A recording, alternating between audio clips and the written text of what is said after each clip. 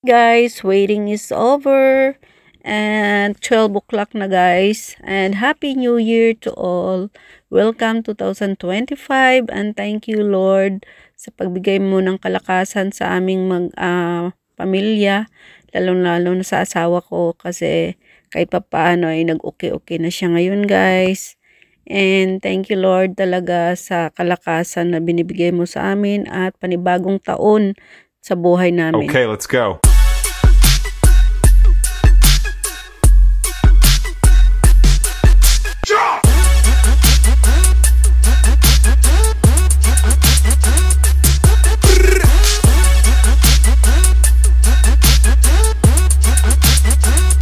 Happy New Year!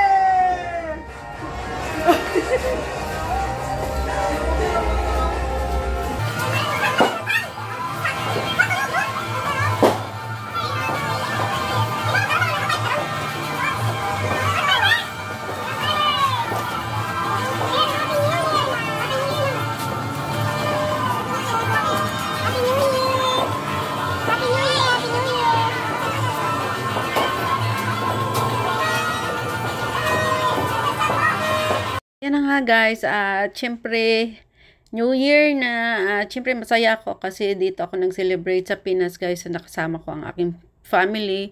So ganito na lang ang ginawa ko guys, in speed ko na lang siya kasi nga may music sa loob ng bahay namin at ayaw ko naman siyang putulin lahat guys kasi nga ito yung banding ng aking mga anak at syempre bihira lang naman ito dumating sa buhay nating mga OFW na makauwi tayo ng Christmas at New Year. So sinabantala ko na to guys kaya hindi na ako nagputol man ako nito guys pero kunti lang.